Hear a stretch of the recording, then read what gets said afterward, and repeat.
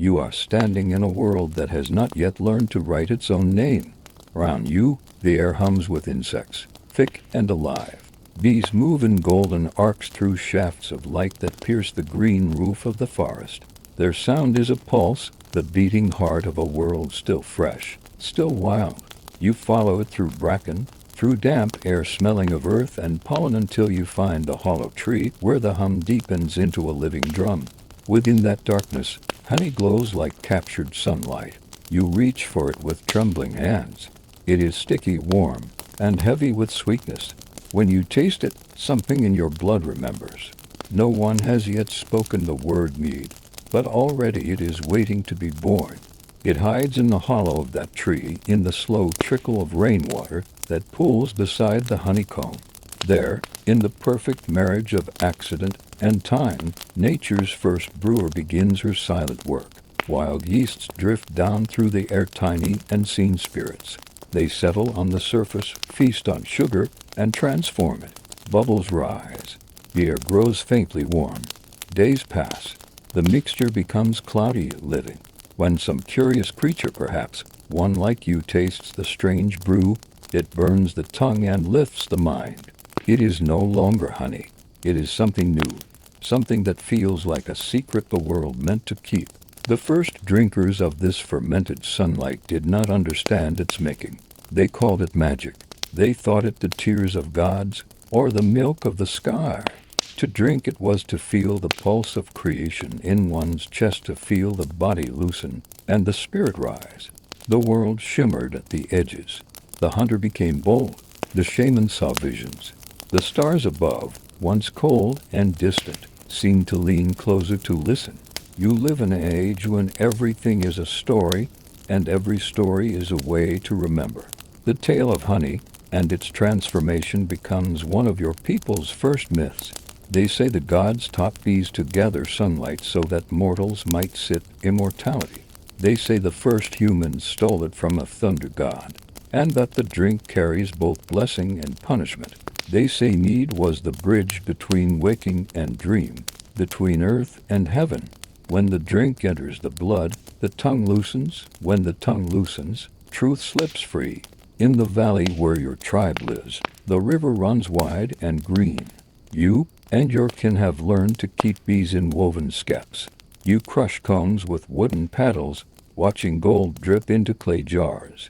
The smell is rich, clinging to everything. You mix the honey with water and leave it in the warmth of the sun.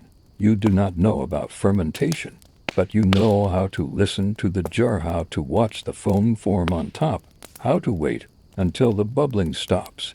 When the liquid clears, you lift it to your lips.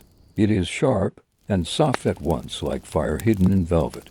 It fills your chest with heat, your eyes with light. You laugh, and others laugh with you. The drink binds you together. Nights come when the fire burns high, and you sit among your people with the taste of mead still on your tongue. Someone begins to drum. Someone else begins to sing. The song is old, older than words, but it grows new each time it is sung.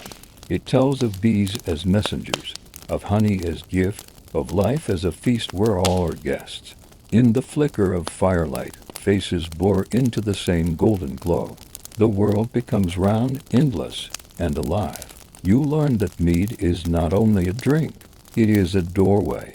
Those who drink it step through two places they cannot name. The shaman drinks before the trance, before speaking with spirits. The warrior drinks before battle, to taste courage. The lovers drink before joining, to make their union bright. It becomes a ritual of becoming. When you lift the cup, you are no longer merely human, you are part of the vast, humming rhythm that began when bees first learned the language of flowers. Over generations, the making of mead grows into art. You discover that honey changes with the seasons. Spring honey, pale and light, makes a gentle drink. Autumn honey, dark and resinous, burns stronger and longer. You mix herbs, meadowsweet, juniper, yarrow, and find that they change the flavor, the dream. You call each brew by a name, a song. The jars line the walls of your shelter like sleeping suns. Stories travel, carried by wanderers, across mountains, Other tribes find their own ways to coax honey into wine. In distant lands, they tell of divine bees who made the drink for kings alone. In another, they believe the dead must cross a river of mead to reach paradise. Everywhere, the golden drink binds heaven to earth, flesh to spirit, time to eternity. The word for it changes medu, mayad, mgd, motto, but its essence stays the same. The taste of honey and the warmth of fermentation become humanity's shared heartbeat. When you are old, you sit beneath the same tree where you first found the hive. The air still hums. You think of how everything that lives depends on something smaller and seen.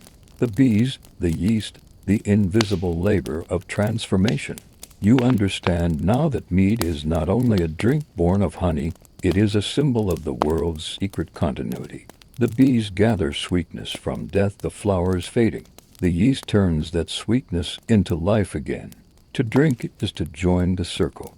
You close your eyes and remember the first time you saw the foam rise in the clay jar, the tiny bubbles breathing like a creature alive. You remember the laughter that followed, the songs that still echo when the night grows deep. The memory tastes golden, slightly sharp, endlessly alive.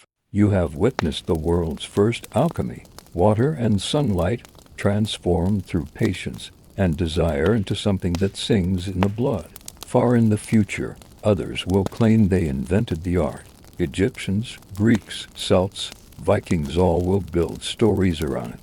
But you know the truth. Mead was never invented. It was discovered. Like fire or love or the beating of the heart, it was always there, waiting for someone curious enough to taste what the bees had hidden. The fire beside you crackles. The stars shift slowly overhead. The air smells faintly of smoke and honey. You lift the wooden cup, feel its rim against your lips, and drink. The liquid slides down like warm for memory itself. For a moment, the forest blurs, the stars brighten, and everything breathes as one. You understand that what you are tasting is not only honey and water, but time itself, time captured, fermented, set aflame. You exhale. The world exhales with you. The hum of the bees deepens in the dark. Somewhere, the first myth is born. You live now in an age when the world has begun to name its gods. They are born in the shapes of mountains and storms, in rivers and the voices of birds, and in the gold that drips from the hives of bees. The cup in your hands no longer holds only the warmth of the earth. It holds a promise, a covenant between human and divine. When you drink, you do not simply quench thirst, you cross a threshold. The elders say that in the beginning, before the gods divided the sky from the sea, there was honey. It flowed from the tree that grew at the center of the world, and from it the first spirits were born. They drank, and their voices became thunder, their breath wind. The golden liquid that trickled down their throats was said to carry creation's spark. And so, mead became sacred. It was the blood of life, the drink that made gods of mortals, and mortals of gods. In the smoky halls of your tribe, the fire burns high. Round it sit the storytellers and the shamans, each with a horn in hand, each mouth stained faintly with the amber sheen of fermented honey. The songs they sing no longer belong to one people alone. They are shared by others, neighbors who speak in different tongues, but raise their cups to the same heavens. The stories have spread like pollen, each retelling carrying a grain of truth that will settle and take root elsewhere. From the north, a tale drifts down like snow, the tale of the Norse gods and the mead of poetry. You hear that Odin himself sought it, that it was born from the blood of a murdered wise man mixed with honey. Those who drank from it gained the gift of verse, the power to speak words that shaped worlds. In the flicker of the firelight, you can almost see him one-eyed, cloaked in shadow, drinking deeply and feeling his tongue blaze with wisdom. The cup, in that moment, became more than a vessel. It became the axis between knowledge and madness. Far to the east, the Vedic singers of India chant of Madhu, the drink of immortality. The gods, the devas, wrested it from the demons, just as light is wrested from night. When they sip it, their eyes shine with lightning. When mortals dare to share it, they too touch the edges of the eternal. Honey becomes a bridge between heaven and earth, a golden river of understanding. You imagine those chants rising through the dawn mist, the priest's lips wet with the same sweetness that fills your cup. To the south, the Egyptians pour honey into their jars of grain and fruit, letting it ferment under the desert sun. They say that mead is the drink of Ra, the sun god, whose tears became bees. Every drop, they believe, holds the echo of sunlight. They offer it to the dead to light their path through the underworld. The scent of honey and incense mingles in their tunes, and the journey beyond life tastes of gold and memory. In the West, among the Celts, bards tell of On, the divine inspiration that flows like mead. They say it drips from the cauldron of Ceridwen, goddess of transformation. When a mortal drinks from it, the heart bursts open to song, and every leaf, every breeze becomes a verse. In their feasts, they raise carved wooden cups and speak in riddles and rhymes, the sweetness of mead loosening their tongues until even silence hums with meaning. Everywhere you go, you find that the sacred cup has many names, yet one purpose: to connect the human spirit to something vast and luminous. The drink is not simply about pleasure. It is communion, the act of dissolving boundaries between self and world. When you lift the cup, you lift the sky. When you swallow the sun. In every culture, the cup becomes a symbol of divine exchange. The more you travel, the more you see how each people guards its own ritual of the cup. Among the Greeks, it is called melatitsoinos, honey wine offered to the gods before battle and poured onto the earth in libation. They say it was once drunk by heroes before they ascended to Olympus, the drink that sealed mortal into legend. Among the Slavs, honey is mixed with herbs and aged in buried barrels, and each sip is a prayer to Perun, the thunder god. Even the distant Chinese emperors, wrapped in silk and silence, know the secret. Their Fengmi-ju, honey wine, glows like amber in the hands of their alchemists, who seek the elixir of immortality. You come to understand that to drink mead is to participate in myth itself. Each culture takes the same golden thread and weaves it into its own tapestry. The drink becomes prophecy in one land, devotion in another, poetry in the next. The gods differ, but the gesture remains the same: the lifting of the cup, the shimmering warmth that follows, the soft hum of gratitude. The act binds generations, turning drink into ritual, and ritual into memory. In your hands, the cup feels heavy. You trace the rim with your thumb, and think of all the hands that have held such vessels before yours, hands calloused by work, scarred by war, trembling with faith. You think of the bees, tireless gatherers of light, whose labor makes possible this quiet ecstasy. You think of how the gods themselves, for all their power, covet what the smallest creatures create. There are nights when the line between sacred and profane blurs. The same drink that sanctifies the temple also fuels the feast. The same cup that carries prayers to heaven also unleashes laughter, desire, and song. The ancients say that mead reveals what lies hidden. It shows the truth of a man's heart, the depth of his courage, or the weakness of his will. It can lift or undo him, sanctify or damn him. The gods, it is said, drink not to forget, but to remember. Humans, perhaps, drink for both reasons. The feast begins again. You sit among your kin, firelight flickering on faces, and cups alike. The air hums with 1,000 voices, stories of creation, conquest, love, and loss. Someone raises the horn high and speaks words that have no single language, but are understood by all, to life, to death, to the gods, to the bees. The drink passes from hand to hand. The warmth spreads outward, linking body to body, thought to thought. You feel it in your chest, in your breath, in the slow burn behind your eyes. The world, for a brief and perfect moment, becomes one continuous song. The night deepens. The fire sinks to embers. Smoke curls upward, carrying the scent of honey and ash. You look into your cup and see the reflection of the stars.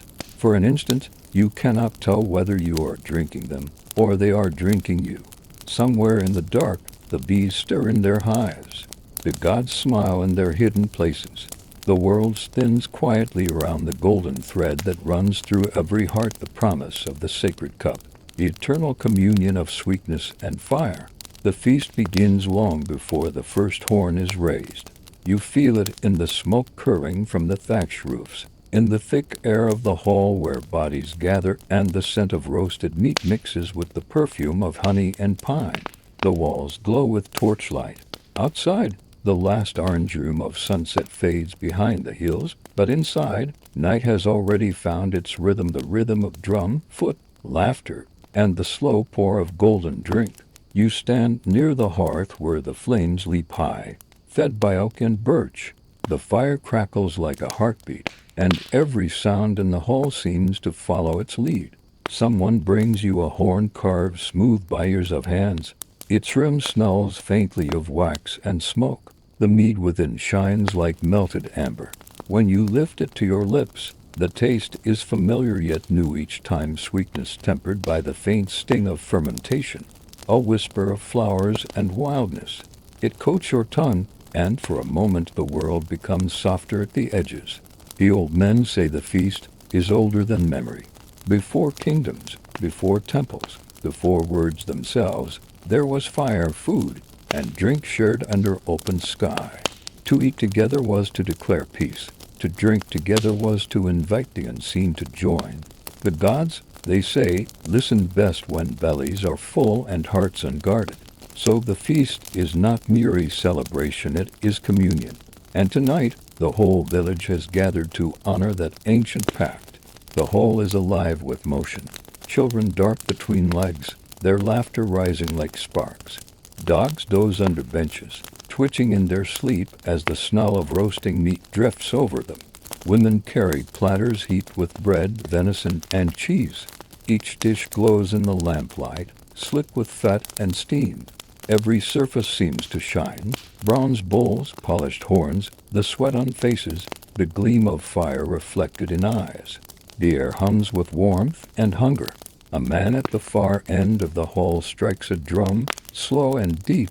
Another answers with a low note on a horn carved from a room's curl. The sound fills the rafters, thrumming against the timber beams. It is a signal.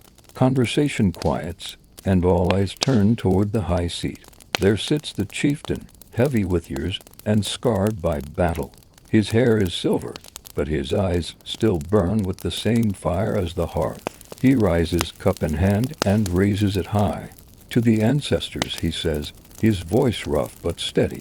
To those whose bones rest beneath our feet, and whose spirits sit among us tonight. The hall murmurs assent. To the living, he continues, who eat and drink and remember. He drinks deeply, and when he lowers the cup, his smile is sharp and bright. And to the bees he adds, who teach us how to turn sweetness into strength. Laughter ripples through the hall. Horns are lifted, and the feast begins. The first course disappears, quickly platters of roasted boar, bowls of onions swimming in broth, loaves of dark bread torn apart by eager hands. The meat flows freely, golden and generous. Each refill brings louder laughter, louder song. Someone begins to pound a rhythm on the table, and soon voices rise in an old tune. The words are simple, but the melody seems older than the hall itself. Drink, my friend, the sun in the cup, the sky in the honey, the fire in your blood. Drink, my friend, before the day ends. For the bees and the gods remember us all. You join in, your voice blending with the others. The sound fills the space until even the smoke seems to dance to its beat. You glance around, faces glow red with warmth and joy, eyes shining with something both wild and holy. It is in these moments that you understand why your people say mead was a gift from the gods. It dissolves the walls between souls. It makes one heart of many. The bard arrives when the feast is at its height. He carries a small harp and a face lined by both laughter and sorrow. He does not speak at first. He simply plucks a note, soft and clear, and the room stills. Even the dogs lift their heads. When he begins to sing, the hall falls under his spell. His song tells of a time before time, when the world was made from song and honey. He sings of a queen who wept tears that turned into bees, of warriors who drank courage from the calm, of lovers who sealed their vows with a shared cup.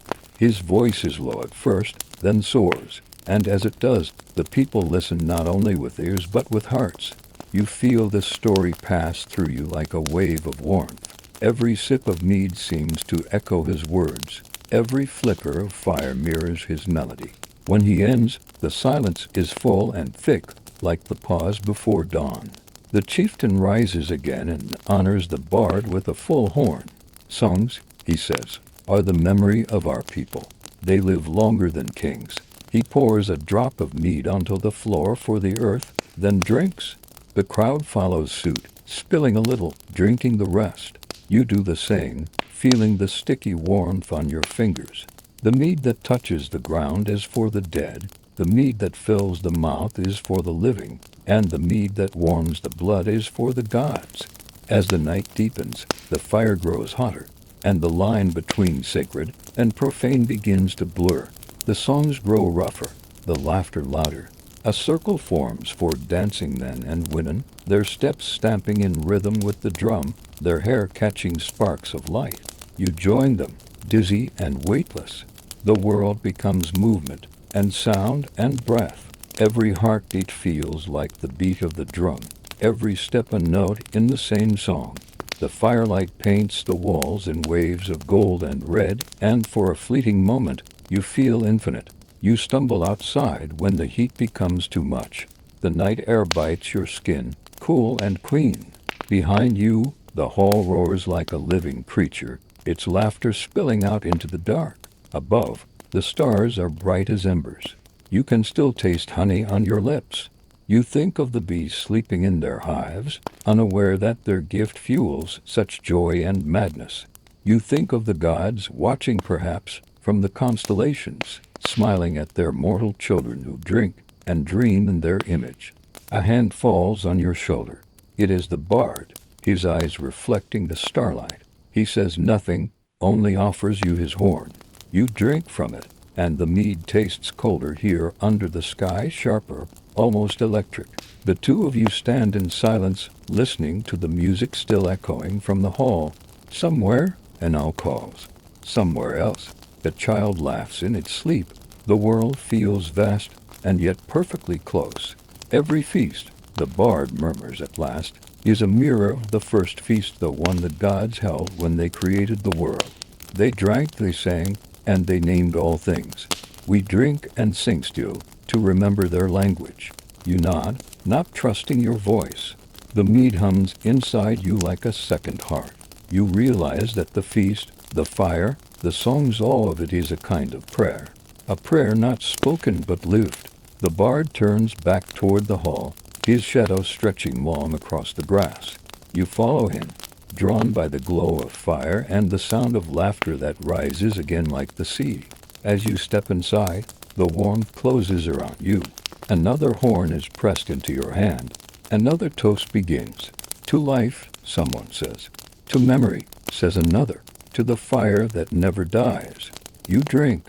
The honey burns sweet in your throat. The night, ancient and endless, leans closer to listen. You wake to the sound of waves and the clang of iron. The world smells of salt and smoke. The feast of the night before still hums in your blood. But this is a new land, colder, harder place where the wind has teeth and the sea itself seems to sing in a language older than men. Round you, timber halls rise like fortresses of warmth against the frozen world. Their roofs carved with dragons and ravens, their beams blackened by years of smoke. Inside them, fire and mead rule as kings.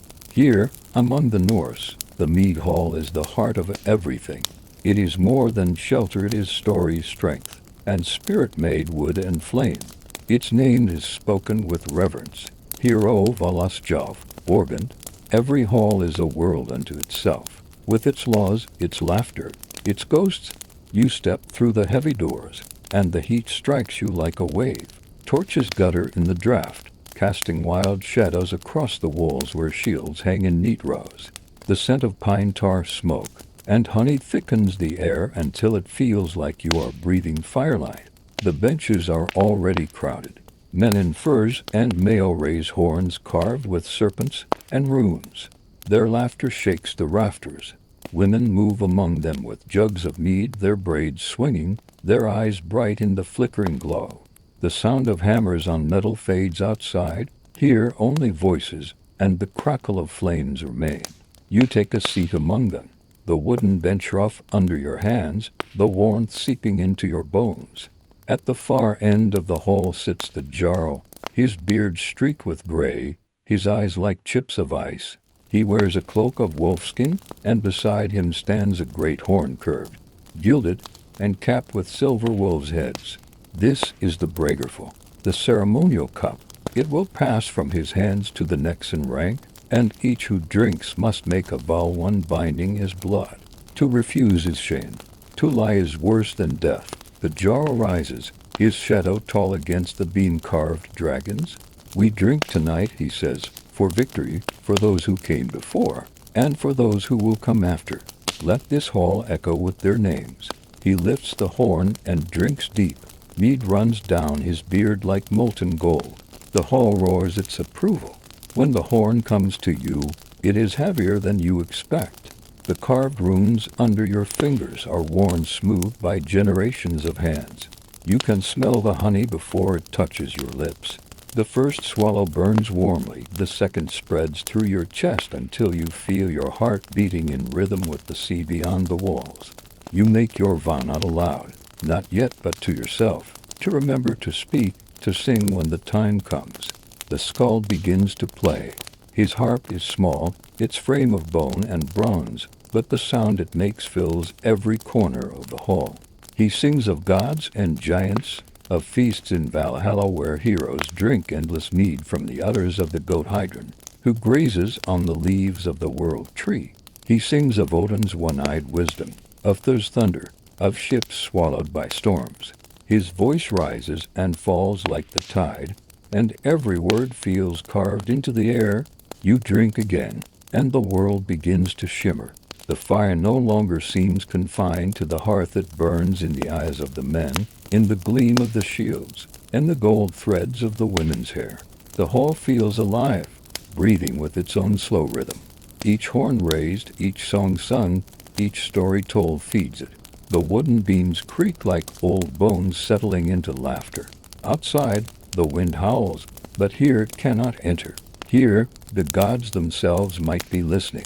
A fight breaks out near the door, two men shouting over a spilled cup. It is brief, almost ritualistic. Blows are exchanged, blood drawn, and then they embrace, laughing. The conflict washed away with another round of mead. The hall forgives all things that are settled in the light of its fire. It is said that even enemies who share drink beneath its roof are protected by the god's own peace. For one night, at least, the sword sleeps. The skald changes his tune. Now he sings of love and longing, of ships departing and not returning. His voice softens, the rhythm of oars hidden in his words. The women pause in their serving, even the warriors grow quiet. The mead, once sweet and bright, tastes now of sorrow and remembrance. You realize then that this is the true power of the drink. It can lift hearts as easily as it breaks them. It is honey turned to memory, sunlight turned to tears. When the song ends, the silence that follows feels sacred. Then, slowly, the laughter returns. Someone calls for another toast. The Jarl stands again, his eyes glinting with pride. To our hall, he says, where stories are forged like steel and hearts burn brighter than any forge. Horns rise. The hall answers with one thunderous voice. Skull. The mead flows once more. The fire roars. The dancers return to the floor, stamping in rhythm as the skald strikes his harp like a drum. You join them, swept into the current. The hall spins around you, torches, faces, gold. You feel the pulse of centuries in your feet, the memory of every feast ever held in every hall that came before. This place is more than wood and stone. It is the embodiment of community, of defiance against the cold and the dark. Every laugh is a prayer. Every drink is an offering. Every heartbeat is the echo of 1,000 ancestors. Later, when the fire has burned low and the songs have softened into murmurs, you step outside into the icy air. The moon hangs over the fjord like a silver shield. The wind bites, but you hardly feel it. Behind you, the mead hall glows, its smoke rising straight into the stars. You realize that what happens inside those walls, the singing, the vows, the shared drink, is not merely celebration. It is survival. It is how your people remember who they are. You close your eyes and listen. The sea murmurs. The distant howl of wolves answers. And beneath it all, you hear the faint hum of bees, a memory of warmth, a promise of light. You smile, lift your empty horn to the moon, and whisper the words you heard in the hall, to the fire that never dies. Then you turn back, the door opening to welcome you once more into the golden heartbeat of the world. You rise early, before the mist has lifted from the valley, and the air tastes faintly of smoke and flowers. The mead hall behind you is still quiet, its embers glowing low, but somewhere nearby, the beekeeper's world has already awakened. A low hum trembles through the air, steady and patient, like the earth itself is singing beneath the sound of bees. You follow it down a worn path between tall grasses until you find the hive's woven baskets, clay jars, hollowed logs, each alive with golden motion. The mead maker greets you with a nod, his hands already sticky with honey. His tunic smells of smoke, yeast, and sweetness. He works slowly, methodically, as if afraid to disturb the invisible balance between chaos and creation. This, he says softly, is where all feast begins. He lifts the lid of a hive, and sunlight spills over thousands of bees, glittering like tiny shards of amber. They rise and settle again, their flight a language of circles and songs. Honey is more than food here. It is a miracle, a gift of the gods, the distillation of sunlight and wildflowers. In every drop lies a memory of summer, of labor, of life itself. The mead maker shows you how it is gathered, smoke to calm the swarm, slow hands to cut the comb. The honey drips thick and golden into wooden bowls. The scent is overwhelming, warm wax, crushed petals, and the faint tang of earth. You dip a finger into it. The taste is pure fire. Back in the workshop, clay jars stand in rows like silent witnesses. Some are sealed with beeswax, others left open to breathe. A fire smolders in the hearth, heating stones that will soon be plunged into the brewing vat. The mead maker gestures for you to watch.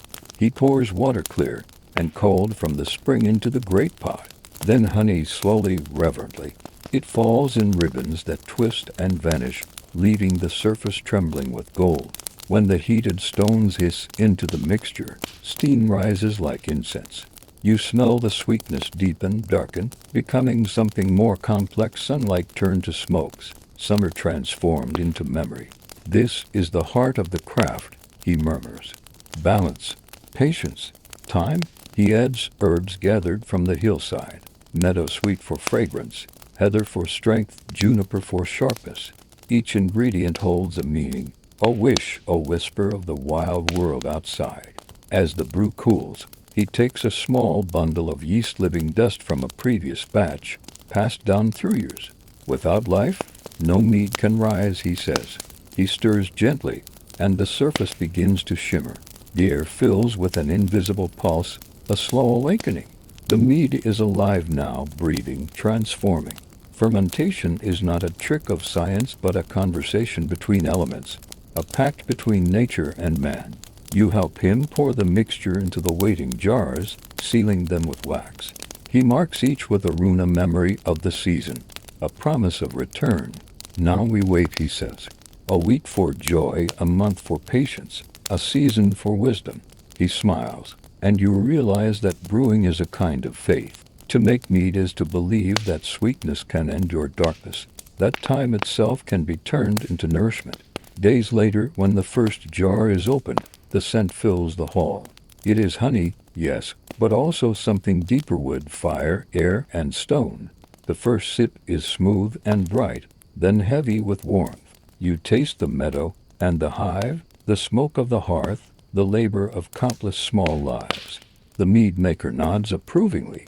It is not just drink, he says. It is remembrance. Every drop carries the world that made it. You begin to understand that the art of mead making is the art of connection. It links the bee to the flower to the sun, the brewer to the feast. It ties the living to the dead, the mortal to the divine. In a world of uncertainty and war, this golden liquid is a thread of continuity, a way of saying, we are still here.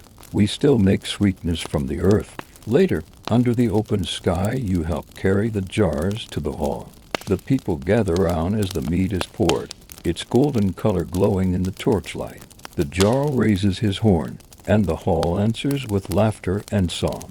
But as you drink, you feel the quiet labor behind it all, the hum of bees in summer, the patience of the brewer, the slow magic of transformation. You feel the years between harvest and feast collapse into one golden moment. Outside, the night deepens. The stars shine cold above the fjord, and for a brief instant, you imagine you can hear the bees still somewhere in the distance, their endless humming echoing the rhythm of the world.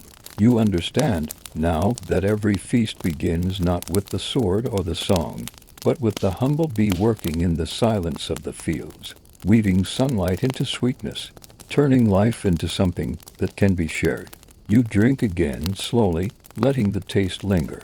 Mead fills your chest with warmth, and you smile, thinking of the hive, the hall, and the long chain of hands that made this possible. The mead maker's art is not only in what he brews, it is in what he preserves, a reminder that even in the harshest lands, joy can be coaxed from the earth, patience can become celebration, and from the hum of a single bee can come the fire that keeps a whole world alive. The night stretches long in the north, and when the wind howls beyond the timber walls, it is song that keeps the dark at bay. In every mead hall, once the horns have been filled, and the fire has reached its fiercest glow, the skald rises.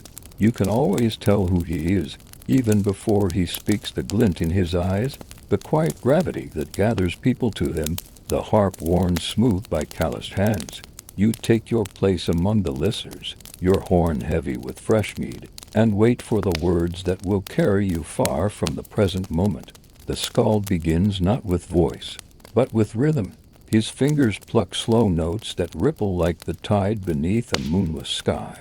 Each sound seems to awaken something in the air. Shadows deepen, flames lean closer, hearts slow to listen. Then, softly at first, his voice joins the music. He does not merely sing, he summons. The words are ancient, shaped long before ink touched parchment. He sings of beginnings, the time when gods walked the earth, and the first mead was stolen from the giants. He tells of Odin's quest for the mead of poetry, brewed from the blood of a wise man slain by treachery, guarded in a mountain of stone.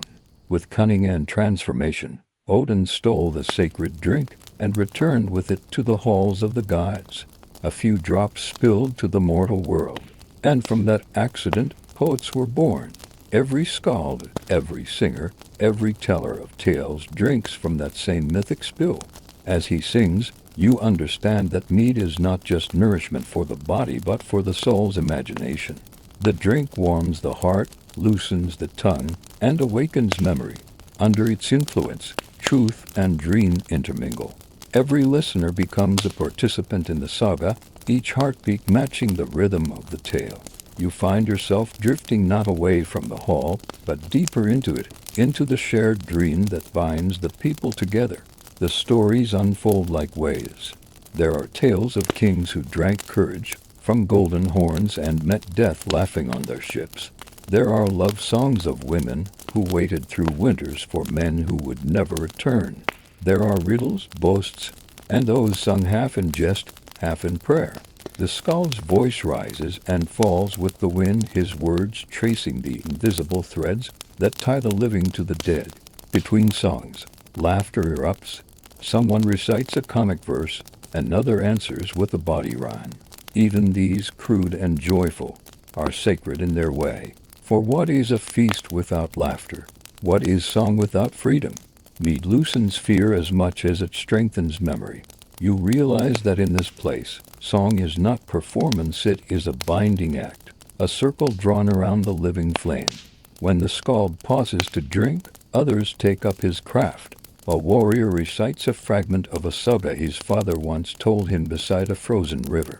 A woman hums an old lullaby, and suddenly the hall falls silent, not out of reverence but recognition. Everyone knows the tune. It is older than their names.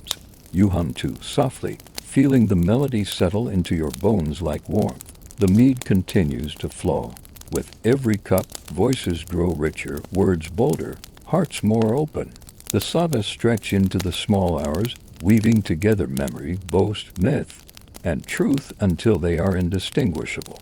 The skald smiles. He knows that this is the true gift of the feast, not the drink itself, but what it awakens.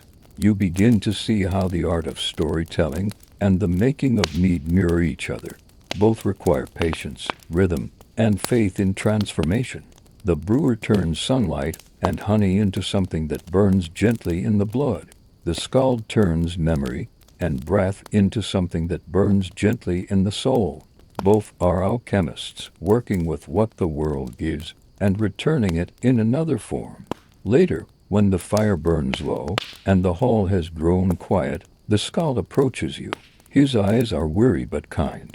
He holds out a small horn of mead, an offering. "Drink," he says. "You've listened well. Now remember, you do." The taste is familiar, but different this time, sweeter, deeper, as if it carries the weight of every word you've heard tonight. "Tomorrow," he continues, "you'll tell it again. Not the same, never the same, but that's how stories live." He smiles, his teeth glinting in the last of the firelight. Mead fades. Words fade slower, but both are meant to be shared. Outside, the dawn is a faint gray line. The skald's voice lingers in your mind, braided with the hum of bees, the crackle of the hearth, the laughter of those now sleeping.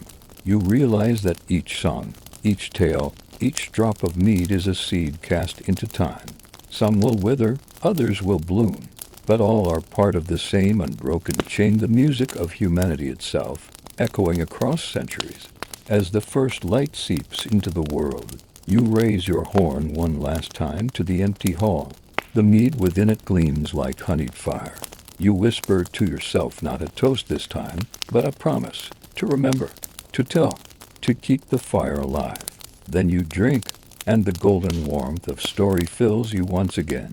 When the new faith came to the north, it did not arrive with gentle hands. It came on the breath of foreign priests, on the sails of kings who had seen Rome and Jerusalem, bearing crosses of gold and words of salvation. Yet even as the new light spread, it found an old fire still burning the mead hall of the feast, the horn that passed from hand to hand beneath the smoke-dark beams. You stand in one such hall, its familiar warmth now tinged with uncertainty. The jarro has built a small chapel nearby, and a wooden cross now hangs beside the carved dragon on the beam above the hearth. It feels strange to see both symbols share the same inner. The skalds no longer sing only of Odin or Thor. They sing of saints and martyrs, of miracles and resurrection.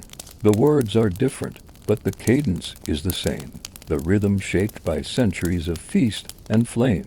At first, the priests looked upon the horn and the laughter with disapproval. Drunkenness is the devil's gore, they warned. Better water than wine, better prayer than mead. But they learned quickly that no law could unmake what was woven into the soul of a people. The feast could be reshaped, yes, but not erased. And so the church, with the patience of those who understand the art of adaptation, began to bless what it could not ban. The mead became sacrament. The cup was lifted now not to Odin, but to Christ. Honey wine was said to symbolize divine sweetness, the grace of God flowing through the heart as mead through the veins. Monks, who once decried the drink as pagan indulgence, began brewing it in cloisters. Their recipes grew careful, their records precise. They experimented with proportions, with herbs and spices, with the timing of fermentation. They sought perfection, and in their search, they transformed mead from rustic ritual to refined craft. You visit one such monastery built of stone and silence. The air is thick with the scent of honey and smoke. Within the cloistered garden, hives stand beneath the shadow of the chapel bell. The monks move among them in quiet reverence, their faces calm, their gestures deliberate. Bees do not care for gods or men, they serve the same rhythm they always have. One of the brothers beckons you closer, his hands stained golden with wax. Listen, he says, and you will hear them sing. You do. It is a low hum, steady, eternal, as if creation itself is still at work. In the brewhouse, barrels line the walls. The monks chant softly as they stir the honeyed water. Each batch begins with a prayer, each jar sealed with the sign of the cross. You realize that this too is a kind of ritual, not so different from what you once knew in the halls of old. The ingredients are the same: honey, water, yeast, time, but now sanctified by new words. The warmth of faith replaces the wildfire of myth, yet the underlying hunger is unchanged. The abbot explains that honey is mentioned often in the Holy Scriptures. It is the food of paradise, the promise of abundance, a land flowing with milk and honey. He quotes, his eyes soft with devotion. God's word is sweeter than the comb. You nod, though part of you remembers the other stories: the bees' gift to the gods, the sacred fermentation that gave mortals poetry. Somehow, it feels that both truths can coexist. The world is wide enough for many kinds of sweetness. In time, the monasteries became keepers of the old craft. They preserved the techniques, perfected the brewing, recorded the measures of temperature and moonlight. Mead was no longer the roaring blood of warriors. It became the golden heart of the cloister, offered to travelers, used in healing, poured at festivals that blended old and new. Saints replaced gods, but the human thirst remained the same, for warmth, for communion, for memory. You find yourself at one such feast on the eve of a holy day. The villagers have gathered in the square, where candles and torches glow like stars fallen to earth. The priest blesses the bread and the cup, but afterward, songs rise that no scripture holds. They are fragments of older hymns, older hopes. The people sing them softly, not out of defiance, but because they remember. Children laugh. The fire crackles. The mead, brewed by monks, flows freely among them all. As the night deepens, you walk beyond the edge of the village. The sky is vast, strewn with cold stars. You think of the gods who once drank in endless halls, and of the saints who now guard the same fire. You realize that faiths may change, but the heart of humanity does not. People will always gather round light, always share sweetness, always lift their voices together in song or prayer. The wind stirs the grass. Somewhere nearby, bees sleep in their hives, dreaming of flowers that will bloom again. You smile, lifting your cup one last time, not to any god, old or new, but to the endless act of transformation itself. The mead tastes the same as it ever did: honey, warmth, and the memory of sunlight caught in the stillness of time. The world has changed again. Kingdoms have grown rich on trade and conquest, and stone castles now rise where once stood only timber halls. The nobles of these new realms drink mead not as warriors, but as lords. Their feasts are grand affairs, rituals of display and order, where every movement, every cup, every word has meaning.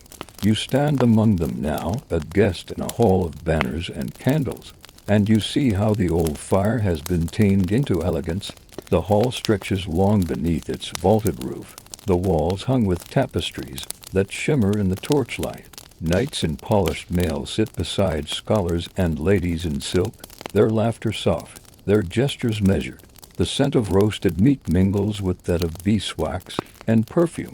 On the dais sits the lord of the castle, his cup of mead resting upon a cloth of crimson. It is no longer a horn carved with runes, but a goblet of gold encrusted with jewels. Yet the glow within it is the same amber fire that once warmed the hands of Vikings. The herald announces the courses with ceremony. The servants move like shadows, bearing trays of fruit, bread, and venison.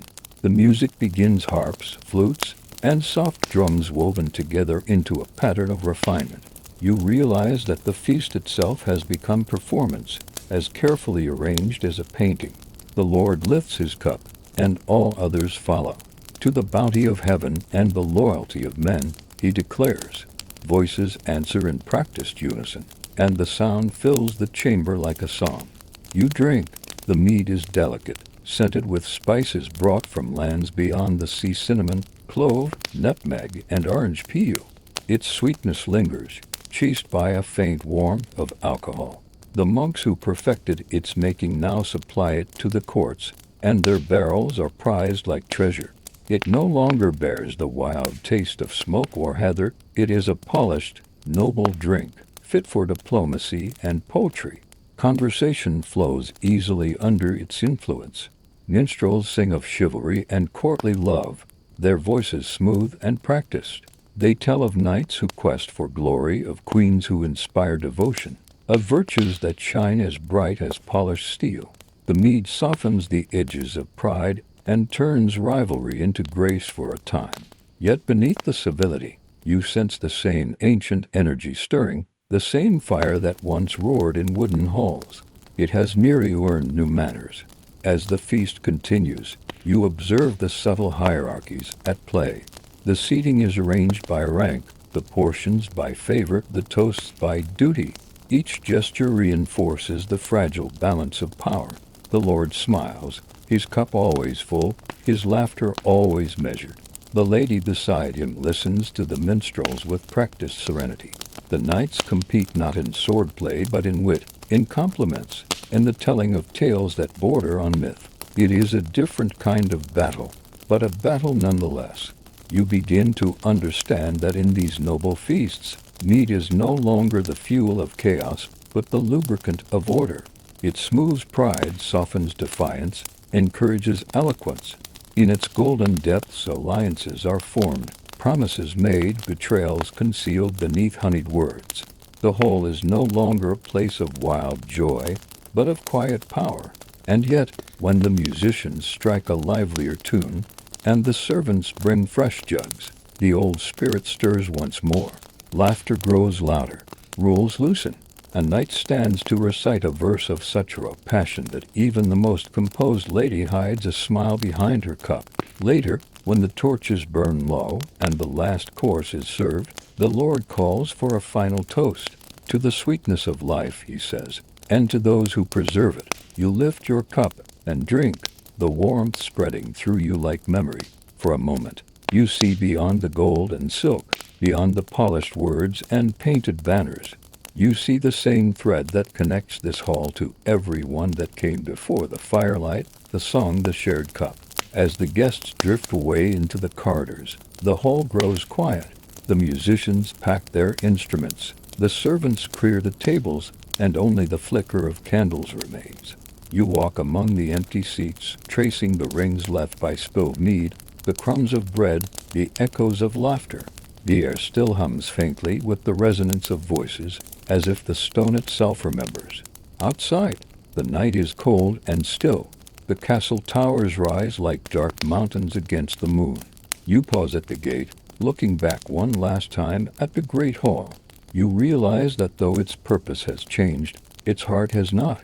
Whether in the raucous gatherings of warriors or the refined ceremonies of nobles, the feast is always the same act: a reaffirmation of belonging, a defiance of solitude, a declaration that life, however fleeting, is worth celebrating. You take a final sip from your cup. The mead is nearly gone, but its warmth lingers. In the distance, a church bell tolls. Somewhere beyond the hills, peasants light fires for their own humble feasts, their laughter carried faintly on the wing. For a moment, all the world feels connected by that single, enduring sweetness, the golden thread that binds the low and the high, the ancient and the new. You turn toward the road, the taste of mead still on your tongue, and think to yourself that every cup ever lifted is part of the same endless toast, to life and to the stories that keep it burning. The noble's hall may shine with gold and ceremony, but far beyond the castle walls, past the manors, the churchyards, the frost-dusted fields, another kind of gathering takes place. It is humbler, rougher, but no less alive. Here, among the thatched roofs and muddy lanes, the mead and ale flow not from gilded goblets, but from clay cups and wooden mugs. You find yourself one evening standing before a small inn at the edge of a village, drawn by the sound of laughter spilling into the dark. The door opens, and warmth rushes out like breath. Inside, the air is thick with smoke, sweat, and song. The ceiling is low, the walls dark with age, the floor strewn with straw to soak up spills. A fire burns in a wide hearth, crackling beneath an iron pot that smells of stew. Men and women huddle around rough tables, their hands wrapped around mugs of amber drink. This is no feast of nobles, there is no herald to announce the courses, no harp to mark the rhythm, but the spirit here is older, freer. You take a seat near the fire. Dia wife, her sleeves rolled to the elbows, pours from a large earthen jug. The mead is cloudy but fragrant, sweet and sharp all at once. It was brewed here, in the same room perhaps, from honey bought at market or bartered from a neighbor. It carries the scent of the fields outside, the wildflowers that grow along the hedges, the wood smoke that drifts from the chimneys. You take a sip, and though it lacks the refinement of the Lord's table, it tastes more honest, more human. Round you, the alehouse hums with conversation. Farmers discuss the harvest, shepherds talk of wolves, a blacksmith boasts of his strength. In one corner, a fiddler scrapes out a tune so lively that two children begin to dance, their laughter ringing above the din. The walls seem to pulse with life, as if the building itself breathes with its people. Outside, the wind howls, but inside there is warmth, noise, and the steady rhythm of living. Dia wife returns, wiping her hands on her apron. "It's good honey this year," she says with pride. "The bees took to the clover early, sweet as summer rain. Her mead is her livelihood, her reputation, her art. She brews it as her mother did, as her grandmother did before her, measuring by instinct rather than scale, trusting her nose, her taste, her memory. The drink she serves is not just refreshment, it is survival, a trade good, a comfort against the long winter. In places like this, the line between sacred and profane fades. The priest might scold from his pulpit about excess, but even he will stop by for a cup on a cold evening. Weddings, christenings, harvests all are marked here, in this smoky room where the world feels small but whole. The mead flows, and with it, so does story. Each telling grows wilder, as the mugs empty and fill again. A miller swears he's seen fairies by the brook. A shepherd claims to have heard the devil playing fiddle near the crossroads. Laughter follows disbelief. Disbelief fades into song.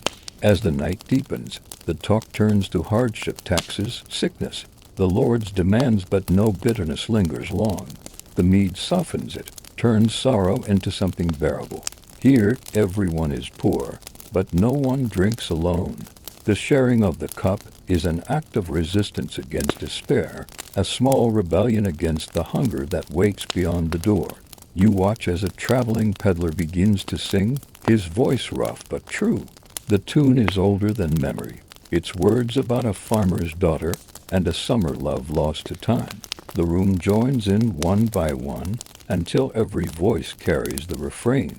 The sound rises, shaky but beautiful, the harmony born not of training but of togetherness. You realize that the alehouse is not only a refuge, it is a memory keeper, a place where the stories of ordinary lives are sung before they vanish. When the peddler finishes, the alewife fills his mug again and presses a loaf of bread into his hands. He bows, grateful, and you sense that generosity here is as essential as drink. No one leaves empty-handed if there's enough to share. Even in poverty, there is abundance of laughter, of warmth, of spirit. By the time the fire burns low, the air is heavy with smoke and contentment. The fiddler's bowl rests, the voices soften to murmurs. You step outside, the door creaking behind you. The cold bites, and you pull your cloak tighter. In the distance, the castle's towers gleam faintly under the moon, but their grandeur feels far away, almost unreal. Here in the quiet village, life is smaller but truer. You look back once more at the inn. Through the shuttered window, light still flickers, and you hear the faint echo of a song, simple, imperfect, eternal. It reminds you that the culture of mead was never only about the drink or the ceremony. It was about the act of gathering, the refusal to face the dark alone. You smile, turning toward the path that leads to the sleeping fields. The ground crunches beneath your boots. The air smells faintly of hay and frost. Somewhere in the distance, a rooster stirs early, sensing the first hint of dawn. The night has been long, but you feel lighter, warmer, as though the mead and the laughter have stitched something bright inside you. You whisper to the silent fields, as if the earth itself were listening, to the humble hearths, to the shared cup, to the songs that outlast hunger.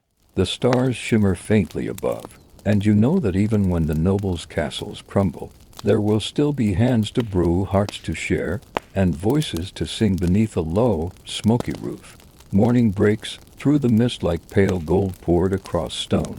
Bells toll from the abbey tower, calling brothers to prayer. Their voices rise in plainchant, echoing softly through cloisters damp with dew. Here, mead is no longer the drink of warriors or peasants, but of devotion, a liquid offering made in silence and patience. You walk among them, the faint sweetness of fermenting honey filling the cold air, and feel the weight of time slow around you.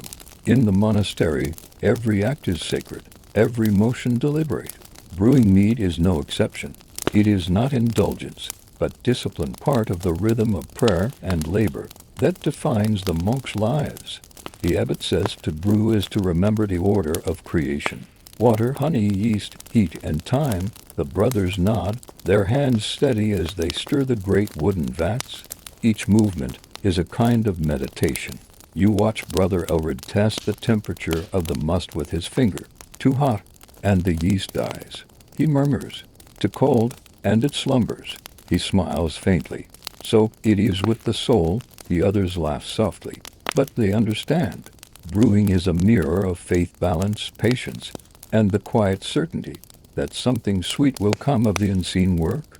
The honey arrives from nearby hives tended by lay brothers. They treat the bees as fellow laborers of God, creatures of miraculous order. Each comb glistens with liquid sunlight. The monks strain it through linen, then mix it with water drawn from a spring that runs behind the orchard. The scent that rises is both earthy and divine. Fermentation begins in the cool shadows of the cellar. The monks move through the dark with lanterns, checking the barrels.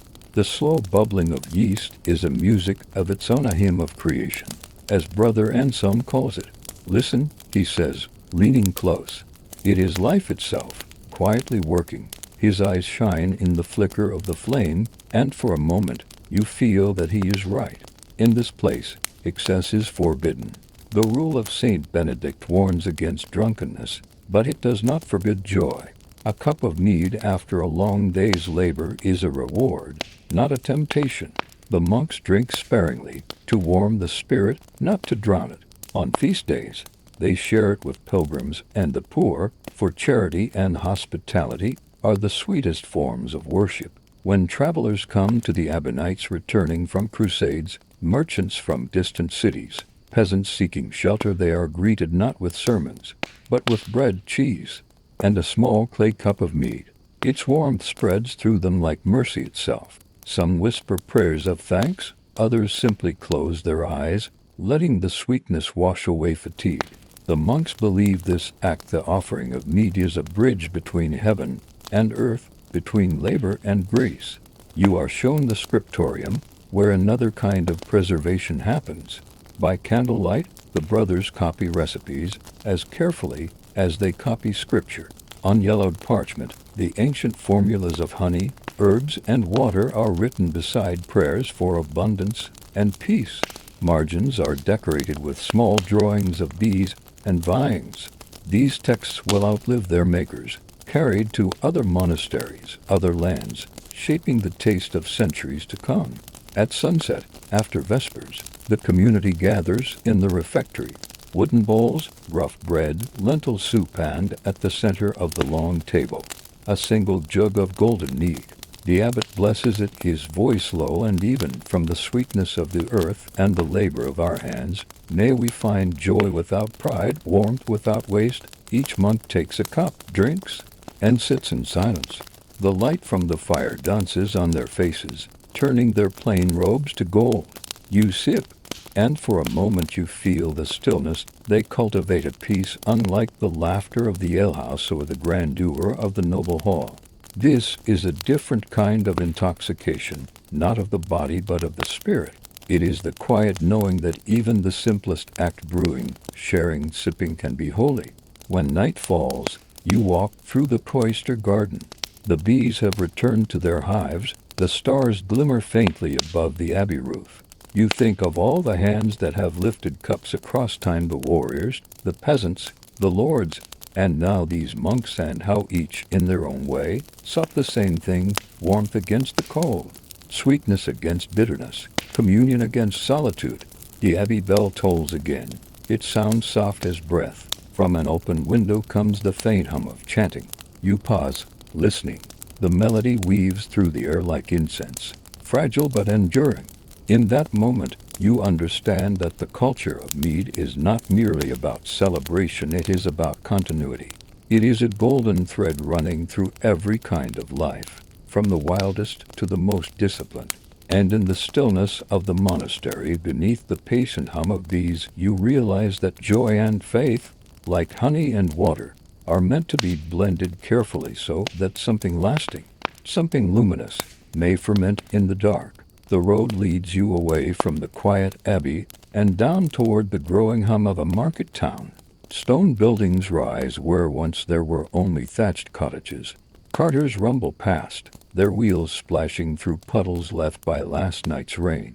The air smells of horses' smoke and freshly baked bread. Somewhere up ahead you hear laughter, the scrape of a lute, and the rhythmic clatter of mugs. The age of the tavern has come, and in it the mead takes on a new life. You push open a heavy wooden door, and the world inside swallows you whole. The tavern is crowded, noisy, alive. Lanterns swing from beams blackened by years of smoke. Merchants haggle over dice. Sailors shout songs from the docks. Apprentices flirt with serving girls who move with practiced ease among the tables. The hum of 100 voices mingles with the clink of tankards and the occasional crash of one dropped in merriment or anger. The keeper, a broad man with a chest like a barrel, nods to you. Fresh from the cask, traveler, honey mead brewed in the hills beyond the abbey. He pours from a great oak barrel, the liquid shining amber in the firelight. You take a sip. It is strong, richer than the monk's version, touched with spice and heat. The sweetness dances across your tongue, then fades into a warmth that seems to fill your chest. In the city tavern, mead is no longer sacred or simple, it is currency, spectacle, theater. Here, every cup bought and spilled, every song sung becomes part of a living economy of pleasure and survival. The poor spend their last coins to forget their hunger, the rich buy rounds to prove their generosity. The tavern keeper knows them all, their debts, their tempers, their favorite tunes. A bard stands near the hearth, plucking at a lute, weaving a tale of dragons and lost kings. His voice soars above the chatter, and the crowd quiets for a moment. You notice how even the hardest faces, dock workers, smiths, soldiers, soften as the story unfolds. Mead and story, both golden and ephemeral, work together here. The drink loosens the tongue, and the tale fills the heart. When the song ends, laughter and applause break loose. A serving girl refills your mug, her hands quick and sure. "Busy night," she says, smiling. "The merchants came early, the sailors haven't yet gone home, and the bailiff's men drink like they've nothing to fear." She glances toward a shadowed corner where a few soldiers sit hunched over their cups. But everyone's welcome, so long as they pay or sing. You look around and realize how the tavern has replaced the old feasting hall. It is the heart of the new world, a crossroads of tongues and trades, a place where news travels faster than horses. Here, alliances are struck, debts forgiven, promises broken. The priest might preach temperance, the Lord might scorn its chaos, But even they come here in disguise from time to time, drawn by the warmth and the rumor, the intoxicating mix of danger and delight. As the night deepens, the air thickens with heat and noise. A fight breaks out near the door, two apprentices quarreling over a spilled drink. The keeper strides in, grabs them by their collars, and tosses them out into the street. The crowd cheers. The music resumes. The rhythm of laughter returns. It is a living organism, this tavern, breathing, shouting, forgiving. You sit back and watch the swirl of humanity. The mead softens the edges of the world, and in its golden haze you see faces that might have been carved from the same stories that shaped the nobles' feasts or the peasants' alehouses. There is something eternal here, the way people lean close to talk, the way they raise their cups in unison, the way strangers become friends for an hour under the same roof. A merchant begins telling a tale of his travels to the east, where the honey is dark as amber and the mead thick as syrup. The sailors nod, pretending to have seen such things.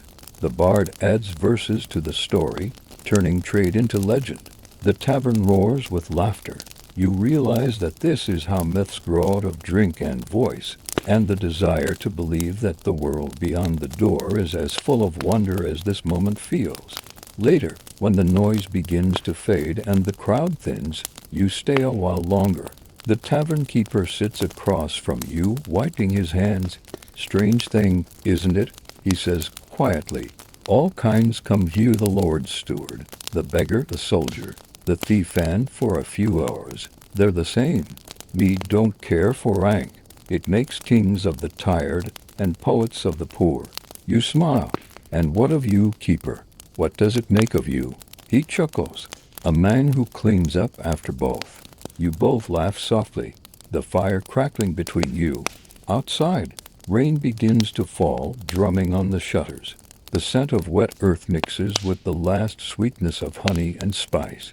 When you finally step back into the night, the street glistens under the lamplight. The laughter from inside fades into a hum, but its warmth lingers.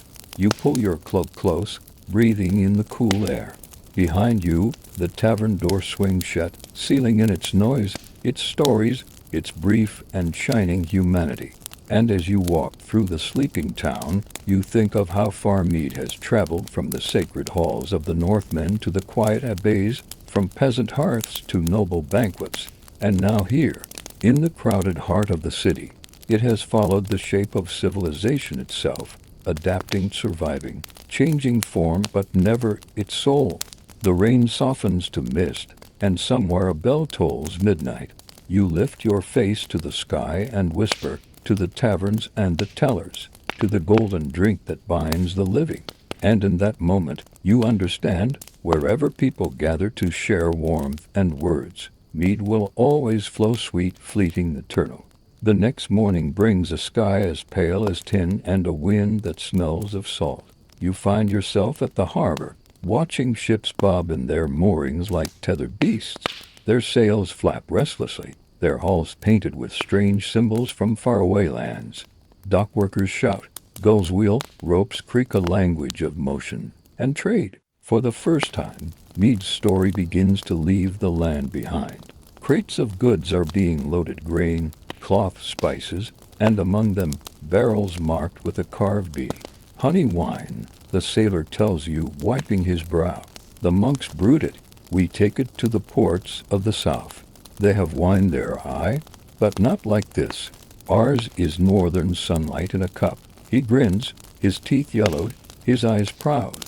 They'll pay well for it. You follow him aboard, and the ship's deck rolls gently beneath your feet. The captain, a weathered man with eyes like storm clouds, nods a greeting. We carry sweetness into salt, he says. Strange trade, isn't it? Honey and sea. He shows you where the barrels are stacked below deck, wrapped in cloth to keep them from cracking. The air down there is damp, close, filled with the mingled scents of pitch, tar, and fermenting honey. At sea, everything becomes raw. The crew works under sky and wave, their muscles straining, their voices hoarse. When the workday ends, they gather by the lanterns, a barrel opened in their midst. The mead is ladled out in small cups rationed, precious. The sailors drink slowly, letting its warmth spread through their salt-stiff limbs. It tastes of home, of hearths far inland, of something gentle surviving among the brutal rhythm of the sea. At first, you think of it as simple comfort, but over nights of listening, you realize it is more. The sharing of mead aboard a ship is a ritual of survival. The waves may rage, the winds may shift, but as long as a barrel remains unbroken, there is a promise of return. They drink not to forget the danger, but to face it. And when storms come, and they always come, the sailors sing the same songs you heard in alehouses, now roughened by the wind. The words are half prayer, half defiance. The ship makes landfall in a southern port, a place of narrow streets, marble fountains, and the scent of citrus trees. The taverns here are lit with oil lamps. The music is faster, the laughter sharper. You watch as the sailors bring out a small cask of northern mead for the innkeeper. He pours a measure into a silver cup and tastes. His eyebrows rise in surprise. "Sweet," he says, "but strong. It burns like summer lightning." He grins. "I can sell this." Within weeks, the mead spreads among the merchants. Some mix it with wine, some dilute it with water, others infuse it with herbs and fruits of their own lands. Soon it no longer tastes purely northern, it becomes something new, something blended. Honey wine, they call it, or melomel or hydronal. Its name shifting with every tongue that tastes it. You walk through the market and see barrels stamped with these beside amphorae of grape wine. Traders from the east barter for honeycombs. Apiarists boast of hives that feed on orange blossoms and thyme.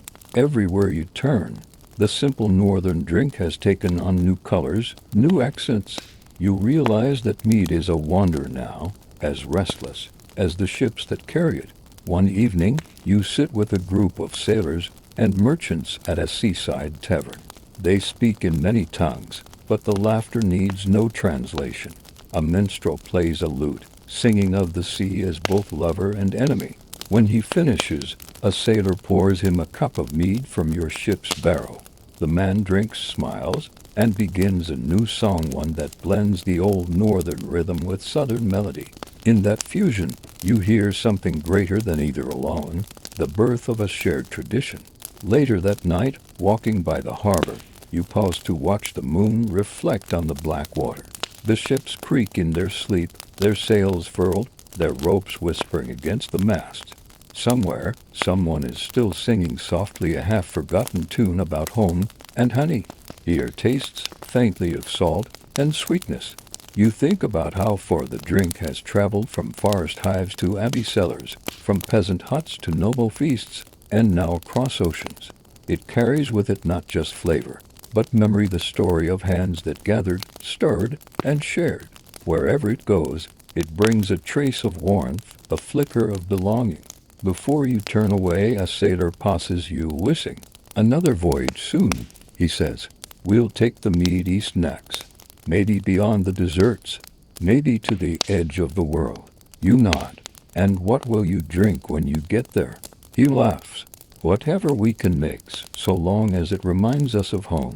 As he disappears into the fog, you feel that the journey of mead is not just one of geography, but of the human heart.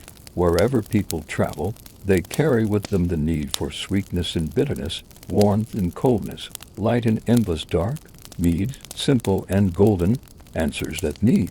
You walk back toward the quiet inn, the surf whispering against the stones. In the distance, a bell tolls from the harbor tower, marking the hour when night and tide begin to turn. You whisper to the sea, to those who carry sweetness across the storm. The wind rises, catching your words, and for a moment you imagine it carrying them far across the restless waters, toward another shore where someone, somewhere, will pour a golden cup and begin again. The world turns, and with each new dawn, the golden drink takes on another shape. In towns and monasteries and markets and manors, mead is no longer only for joy. Now it finds its way into the quiet rooms of healers and apothecaries, where herbs hang from beams and the scent of honey mixes with that of crushed roots and drying flowers. The people have begun to believe that within the sweetness lies healing, that the same gift that warms the heart can soothe the body too. You step into one such apothecary at the edge of a bustling town. Shelves line the walls, crowded with jars filled with powders, petals, and oils. A mortar grinds softly in the corner, worked by a woman with streaks of silver in her hair. Traveler, she greets you, coming out of the dust. You have a query. Perhaps you'd take a draught of something gentle. Her voice is calm, her eyes shrewd. She pours a small measure of golden liquid into a clay cup. Honey mead, she says, infused with sage and lavender. It cools the blood and steadies the pulse. You sip. The sweetness is delicate, almost shy, with a bitter edge of herbs that lingers on your tongue. We brew it not for laughter here, she continues, but for the sick, the sleepless, the sorrowing. In her world, mead has become medicine. The monks who once brewed it for worship now send barrels to healers like her, who mix it with the plants of their regions, mint for fever, thyme for coughs, marigold for wounds. They boil it down into tonics, salves, and syrups, trusting in its purity, its warmth. Honey itself never spoils, and in mead, that immortal sweetness becomes a vessel for other powers. She shows you a small jar, its contents thick and gold. This is for the wounded, she explains. We wash the cuts with watered mead. It cleans better than any river, kills the foul humors. She dips a cloth into the jar and lets a drop fall onto her wrist. It glistens like amber in the candlelight. The bees teach us balance, she says. They gather from poison and make sweetness. We must learn from them. Outside, the world is still rough. Plague comes and goes like winter storms. Soldiers limp home from distant wars. For many, the apothecary's mead is the only comfort, the warmth that eases pain, the sweetness that gives breath to those who might not see another dawn. Some say it strengthens the blood, others claim it calms the spirit enough to let healing take root. You travel farther and find the same practice spreading. In cities, physicians prescribe mead mixed with vinegar to cool fevers. In villages, midwives pour drops of it between the lips of newborns, a blessing of sweetness on their first breath. In the countryside, old women brew spiced mead to keep the chill from their bones. The drink has become part of the rhythm of life, and death a thread of gold running through both. One evening, you sit by the hearth of a small cottage where a healer tends a dying man. His breaths are shallow, his eyes dim. The healer dips a spoon into a cup of warm mead and holds it to his lips. Taste, she whispers. Remember the sun. He swallows weakly, and for a moment color returns to his face. He smiles faintly, then drifts into sleep. The healer sighs. Sometimes, he says, that is all we can give, a little warmth, a memory of sweetness. When you leave, the night is still, the stars sharp and clear. You think about how mead has transformed yet again from sacred offering to medicine, from celebration to consolation. It has followed human need wherever it goes, adapting to every wound and every wonder. In the days that follow, you find its traces everywhere, in the scent of hospitals, in the chants of monks preparing healing draughts, in the whispered thanks of mothers who mix it with milk for their sick children. Mead has become the language of care, the golden bridge between life's pain and its endurance. One afternoon, in a quiet garden behind the apothecary, you watch bees drift among the blossoms. Their hum fills the air, steady and tireless.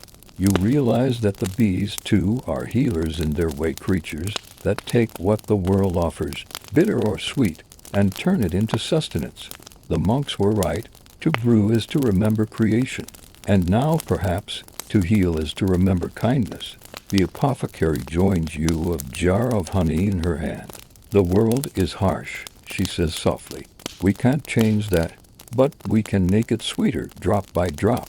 She smiles, sealing the jar with wax. That's what this is about, not just drink, but mercy. You nod, understanding at last that mead's story is not only of pleasure or ritual or trade, but of compassion.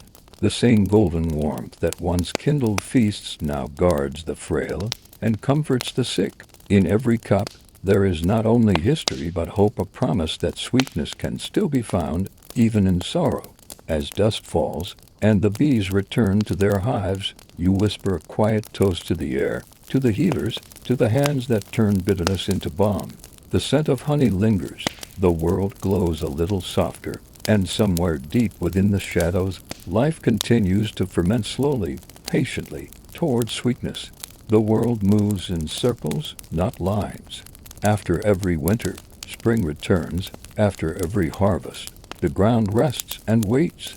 You travel now through lands where the people mark their lives by the turning of these seasons, and at every turning there is mead. It flows like time itself, golden, cyclical, eternal. You arrive in a small village on the edge of a forest where smoke rises from chimneys and bells ring faintly in the clear air. It is spring, the bees' time. The hives hum with life, and the meadows shimmer with wild flowers. The villagers are gathering for the first great feast of the year, the honey festival. You follow them to a green hill overlooking the fields, where tables of rough wood have been set and barrels wait under garlands of leaves. A woman in a wreath of herbs raises her voice. To the bees who feed us, to the earth that wakes again, the people cheer. Someone opens a cask, and the mead spills into clay jugs bright as sunlight. The first cup is poured on the ground, an offering to the soil, a thank you to what cannot speak but always gives. Then the music begins. Fiddles, pipes, drums, their sounds weave together, simple but full of joy. You watch the dancers circle, their steps echoing the rhythms of sowing and harvest. The mead flows freely, loosening laughter, softening sorrow. Here, the drink is not a luxury or a cure but a thread that binds the living to the land. Every sip tastes of renewal, of the promise that what was lost in winter will return. Later in the year, you find yourself in another village, this one surrounded by ripening fields. The sun hangs low, and the people prepare for harvest. They work long days, singing as they cut and bind, and when the last sheaf is laid, they gather once more.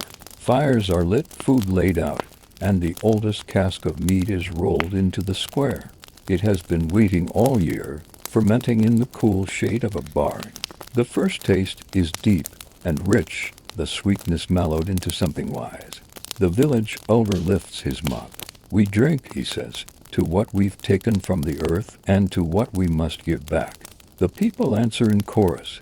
They eat, they dance, they remember the dead. Children chase each other with stalks of grain, women sing the old songs, and the men carve new patterns into the emptied barrels, bees, suns, circles, spirals. Every design means the same thing, life repeats. Even in the cold heart of winter, when the fields lie bare and frost whitens the thatch, the mead does not disappear. Inside their houses, people light fires and gather close. The mead then is darker, thicker, brewed with spices to chase away the chill. They drink not for joy, but for entrance, to warmth, they say, and to seeing spring again. The sound of their voices fills the dark like firelight. You begin to notice how each season has its own taste of mead. Spring's is pale and floral, the honey still new. Summer's is full and fragrant, made from wild clover. Autumn's is strong, touched with smoke from the harvest fires, and winter's is sweet with memory, steeped in cinnamon, apples, and patience. Together, they form a calendar of the tongue, a record of how people shape time into flavor. At one midsummer celebration, you sit beside a beekeeper. His hands are rough, his beard golden with dust from the hives. He passes you a cup of mead that glows like the setting sun. This, he says, is more than drink. It's a promise. The bees gather the world's sweetness drop by drop, and we give it back as best we can. Drink, and remember that the year turns because we make it turn. You drink. The mead is light, singing with warmth. For a moment, you feel part of something vast and ancient, not just a crowd around you, but the endless rhythm that ties bee to blossom, hand to harvest, birth to death. Night falls, and the festival fire blazes. Sparks rise like tiny suns, vanishing into the dark. The people keep singing. Their shadows dance across the grass, their laughter blending with the drone of insects and the crackle of flame. You realize that this is what the mead has always been for, not to escape life, but to honor it, to hold for a few bright hours the fleeting beauty of existence before it passes. When the last jug is emptied and the first light of dawn appears, the village falls quiet. The air smells of ash and honey. You walk among the sleeping forms, stepping softly through the dew. The bees are already awake, humming among the clover as if carrying the music onward. You whisper to the morning, to the circle that never ends, to the sweetness that survives the cold. And as the first rays of sunlight spill over the fields, you feel that somewhere deep within that golden circle, humanity itself continues to ferment, ripening, resting, returning in time with the heartbeat of the earth. The air feels heavier now. The laughter of peasants and the songs of villagers fade behind you as you ride toward the seat of power, a great hall rising from stone and timber, its banners snapping in the wind. Here, mead is no longer the drink of common joy or sacred healing. It has become something else entirely, a symbol of rule, of wealth, of the thin line between generosity and domination. You cross the threshold, and the world shifts. Gold gleams in the firelight. The scent of roasted meat fills the hall. Servants hurry with polished cups, their hands trembling. At the high table sits a king, his beard braided with silver, his hand heavy with rings. Before him stands a massive horn filled with amber liquid, catching the glow of the torches. When he lifts it, the crowd falls silent. To peace, he declares, and to those who keep it with their swords, the hall erupts in cheers. The horn passes from hand to hand among lords, warriors, and guests, and with each toast alliances are sealed, debts forgiven or renewed. Mead here is a language more binding than parchment. It is the drink of vows, the golden oath that ties loyalty to survival. You sit beside a bard who whispers, "Watch carefully. Every cup poured is a bargain." You look around and see that it's true. When the king's cupbearer fills one lord's goblet higher than another's, a murmur stirs in the crowd. When the queen refuses a drink from a rival hand, the hall freezes for a breath. Mead is more than pleasure here, it is politics, shimmering in every drop. In this world, the making of mead is guarded as fiercely as the minting of coins. The royal brewers work behind heavy doors, mixing honey from the king's own hives with rare herbs brought by traders, saffron from the east, cinnamon from Africa, rose petals from the south. The resulting drink is not merely sweet but divine, thick as gold, perfumed with power. When it is served, it comes in vessels of silver and carved horn, their rims chased with runes that speak of glory and conquest. Each sip reminds those who drink it that they are not like the common folk who brew in clay jars and drink by firelight. The mead of kings tastes of victory and of the burden that victory brings. You learn that treaties, too, are sealed with mead. When two kingdoms end their feud, their rulers meet beneath banners and drink from the same horn. The first sip means forgiveness, the second means trust, and the third means binding. Should either side break their word afterward, it is said the bees themselves will curse their fields, that no honey will flow for 100 years. At one such feast, you witnessed a ritual. Two kings face each other, their crowns gleaming. Between them stands a horn carved with serpents. The mead inside glows like molten amber. The elder speaks, "Let sweetness drown bitterness."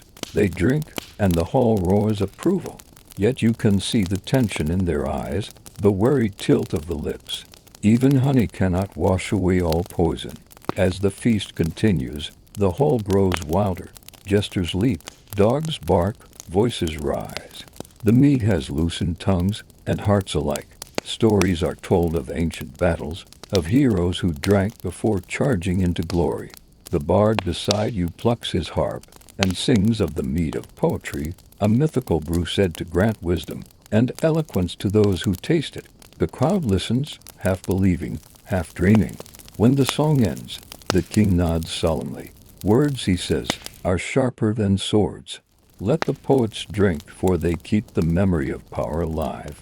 A golden cup is passed to the bard, and he drinks deeply, his eyes brightening as though the honey itself has filled him with light. Later, when the fires burn low and the revelers doze, you wander the hall alone. Empty horns lie on the tables, their rims sticky. The floor is scattered with flower petals and scraps of bread. You look up at the tapestries, scenes of feasts, hunts, and coronations, and realize that every image, every symbol of rule, is threaded with mead. It is the lifeblood of ceremony, the shining mask of civilization. Yet beneath the splendor, you sense an ease. You have seen too many cups raised in deceit, too many smiles hiding knives.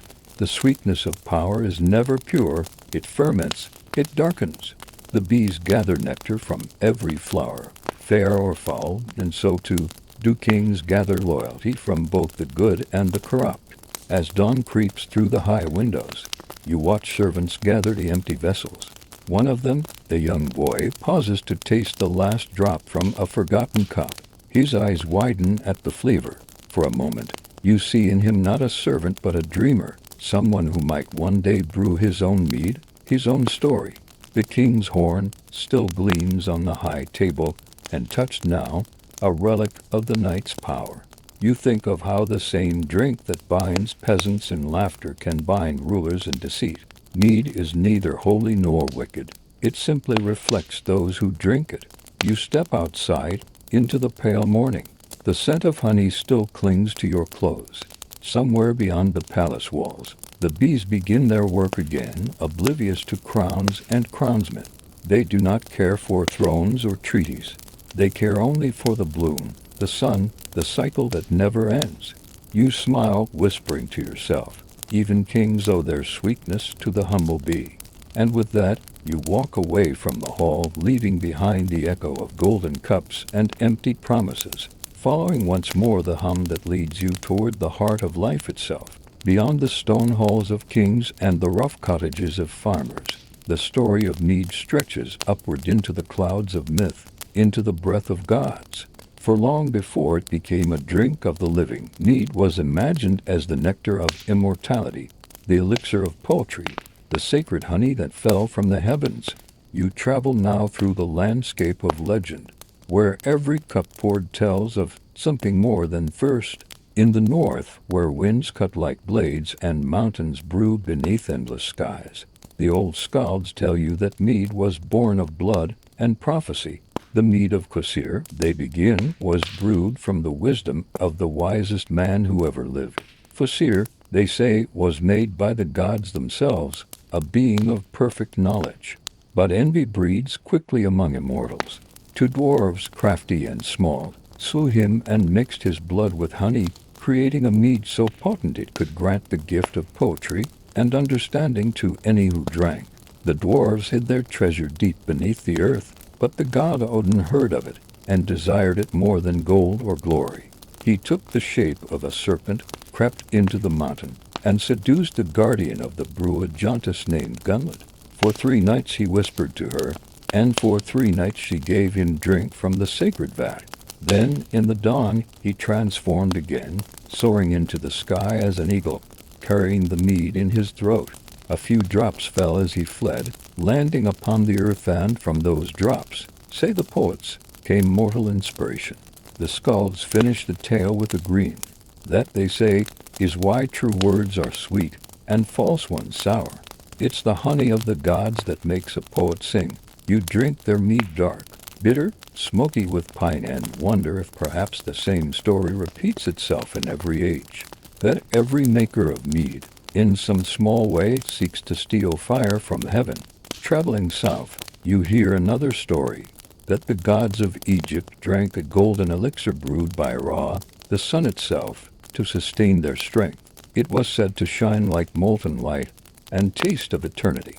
In one legend, when the goddess Sekhmet went mad with bloodlust, Ra poured out a lake of honey, beer dyed red to resemble blood.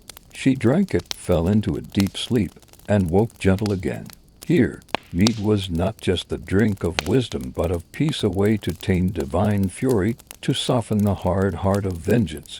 In Greece too, before wine claimed Olympus, the gods were said to drink ambrosia and nectar, both thick with honey. Homer's lines glow with its memory. Warriors blessed with it cannot die, heroes taste it in dreams.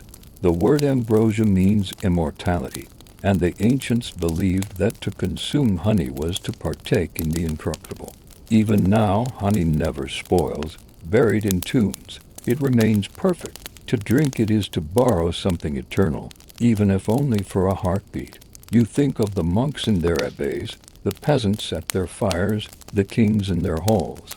All of them, in their own way, are repeating this old desire to sip a little of the divine, to taste what the gods once hoarded. The line between faith and fermentation grows thin. In the East, the storytellers of India speak of madhu, the Sanskrit word for honey, a word that became another name for paradise itself. The Rigveda sings of rivers of honey flowing through the heavens, of bees that hum in praise of creation. For them, honey was not stolen but gifted, part of the cosmic order, reward for balance and devotion. The drink that mortals call mead is merely a shadow of that celestial sweetness. Everywhere you go, the myths hum with the same refrain: honey is light as memory, as life made liquid. Mead becomes the bridge between realms, the sip that turns a mortal into a poet into a seer into something almost divine. One night, you find yourself beneath an ancient oak where a group of wanderers share tales by a small fire. An old woman, her face mapped with age, tells you of a beehive said to hang from the moon itself. When it drips, she whispers, the stars drink first. Then the dew that falls at dawn, that's the mead of the sky. Drink it, and you'll dream of every life that ever was. She laughs softly, her eyes reflecting the flames. But careful, traveler, too much sweetness can drown the soul. You realize then that every myth carries a warning, for as much as honey gives life, it also binds it. The gods who drank mead gained wisdom but also burden. Those who stole it were hunted, cursed, or changed. Every sweetness demands its cost. At dawn, the fire dies, and the travelers scatter. You remain beneath the oak, watching the light gather through the leaves. You lift your flask, the same mead you've carried since the villages of the West End. Take a slow sip. It tastes different now, not just of honey, but of stories, of the hands and hopes that shaped it. You feel the warmth spread through you, not as drunkenness, but as something gentle, a reminder that every myth begins with hunger. Somewhere in the distance, bees begin their morning hum. You imagine them as tiny messengers of the gods, carrying sunlight from flower to flower, crafting in each drop the echo of creation. You think, perhaps, that the first god was a bee and the first prayer a sip of honey. As you rise and begin walking again, you whisper the words the scouts taught you. Wisdom was sweet once, and we still chase its taste. And so you walk on, through a world where every golden cup is a fragment of heaven fallen into mortal hands, where to drink mead is to remember that even the smallest creature can teach the gods how to create. The sun is low now, casting long shadows across the villages and towns you pass. By this time, you realize that mead is never just a drink, it is a vessel for stories, a companion to memory, a spark that sets the tongue and heart alight. Everywhere you go, whether in the hall of kings, the abbey, or a peasant's firelit hut, the golden liquid brings tales to life. You enter a small inn at the edge of a river, where a fire crackles in the hearth. The tavern smells of roasted onions, wood smoke, and honey. Men and women gather round tables, mugs in hand, eyes shining with anticipation. On a stool by the fire, a bard tunes his lute. You take a seat with a fresh cup of mead, its sweetness warming your fingers as you wait. He begins softly, strumming chords that mimic the rise and fall of the river outside. Long ago, he says, there was a traveler who sought the taste of the world in a single sip. The story unfolds, each word dipping into the honeyed cup at your side. With every pour of mead, the bard's tale grows richer, deeper, more vivid. He speaks of heroes and villains, of love lost and won, of battles fought in lands beyond memory. Around you, the patrons lean in, eyes wide. A woman sways to the rhythm, spinning a small tale of her own, a mischievous goat stealing honeycombs. A young boy whispers a rhyme about bees dancing in the sunlight. Even the innkeeper pauses in his work to smile at the unfolding theater of voices. Mead loosens them all, melting barriers between listener and teller. It is no longer drink, but inspiration. Later, the bard pours some mead into your cup. To the stories, he says, and you drink. The sweetness spreads warmth across your chest, and you feel a strange clarity. Names and places that seemed forgotten return, memories you did not know you held. You hear the past whispering through the flavor of honey, and the sound of the lute, connecting you to a continuum of voices stretching back through generations. In villages, the practice is even older.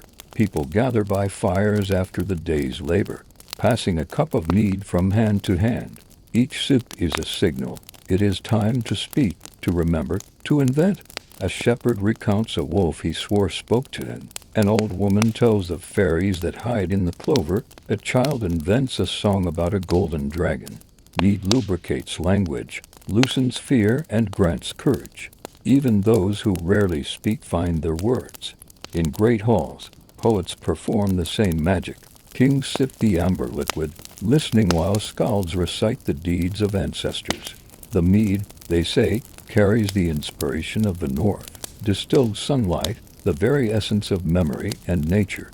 The tongue becomes a brush, painting the stories of human triumph, folly, and longing. Without mead, they claim, the words would falter, the tales lose their sweetness. You travel farther and see that the link between mead and storytelling is universal. In every land where honey ferments, songs and tales accompany the drink. It is in the laughter of sailors, the whispered advice of mothers, the solemn recitations of monks.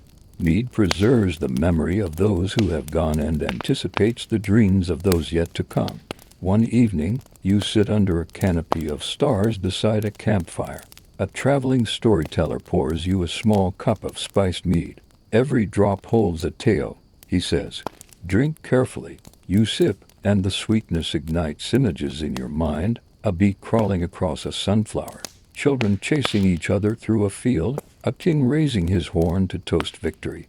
You realize then that the true magic of mead is not in intoxication, but in connection.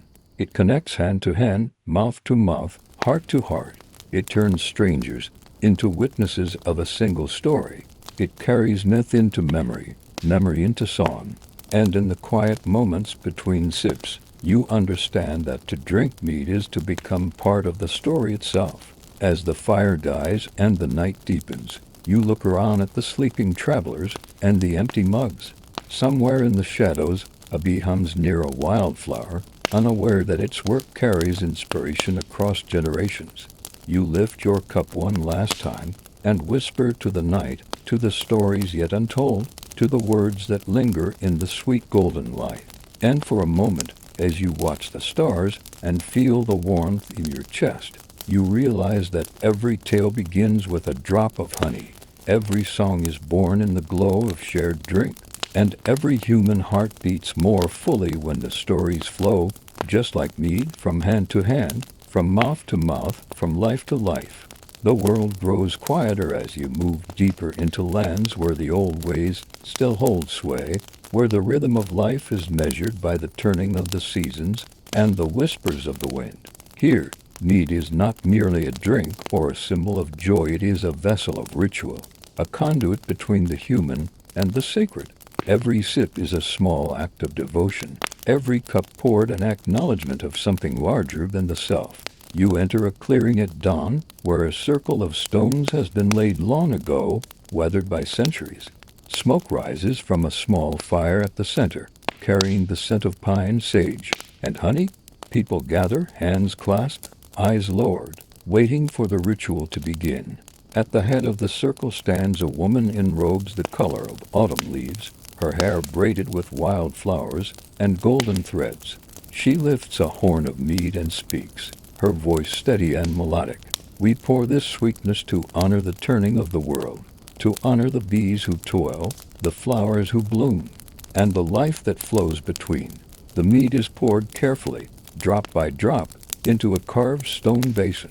The congregation bows their heads as the liquid glimmers in the morning light. When the first cup is offered to the sky, the birds respond with song, and the air seems to shimmer. You take a sip, and the warmth spreads through your chest, steady and sacred. It is as if the drink carries the pulse of the earth itself. Throughout the day, the ritual unfolds in a series of quiet, deliberate actions. Each participant drinks in turn, offering a word, a song, or a prayer. Some whisper to the ancestors, some speak to the future. Mead is the medium binding past, present, and future in its golden thread. It is a reminder that life is fleeting, that sweetness is precious, and that every being, human or animal, plays a role in the eternal pattern. Later, you follow the circle into the forest, where a small grove has been prepared for a sacred feast. Long tables are laid with bread, cheese, fruits, and vessels of mead. The participants sit together, strangers and friends alike, sharing what they have brought. The drink passes from hand to hand, a symbol of communion and trust. Every cup acknowledges the labor that created it: the bees, the hives, the sun, the water, the people who stirred it with care. At the feast, stories are told and songs sung, but they carry a different weight now. Each tale is framed by gratitude and reverence. The mead, stronger than before, loosens hearts without clouding judgment. Elders speak of the cycles of life, of birth, death, and renewal. Children laugh, unaware of the depth of the tradition, but they too are drawn into the ritual, tasting the sweetness of the world and learning its rhythm. You notice the patterns, the way the pouring mirrors the seasons, the way each cup signifies a bond between those who drink and the world that sustains them. Here, the golden liquid is not merely sustenance, it is a covenant, a way of saying, we are part of this web, and we honor it with our lives and our lips. As twilight falls, torches are lit, casting flickering shadows across the grove. The participants raise their cups in a final toast, to the bees, to the earth, to the sun, to the life that carries us. Their voices echo, and for a brief moment, the world seems suspended between shadow and firelight, between mortality and eternity. You drink deeply, feeling the warmth, the sweetness, the connection. The mead has carried you through abbeys and taverns, across seas and seasons, into myths and songs. And now, here in the sacred circle, it carries you beyond yourself. When the ritual ends and the people disperse, you remain by the fire, watching the stars emerge one by one. Somewhere, deep in the forest, bees hum among the night flowers and seem but vital. You understand that the ritual is both fragile and eternal, that every drop of honey, every cup of mead, is a thread in the vast tapestry of life and devotion. You whisper softly to the night, to sweetness that binds us, to life that flows through all, to the ritual that never ends. And as the fire dims, you feel the golden warmth of the mead linger within you, a quiet, steady heartbeat, a reminder that communion can be found in the simplest acts, and that even a humble cup of honeyed drink can connect the mortal to the divine. The world stretches wide, and the story of mead stretches with it. From the northern forests to southern deserts, from mountain valleys to bustling ports, mead travels alongside the hands that carry it and the tongues that taste it. You follow the trail of merchants, caravans, and ships, and see how the humble honey drink transforms with every journey. In a desert oasis, traders from distant lands exchange spices, silks, and grains. Amid the wafting scent of cumin and cardamom, barrels of mead arrive from distant northern forests, their honey amber with sunlight captured long ago. The local people gather around, tasting cautiously.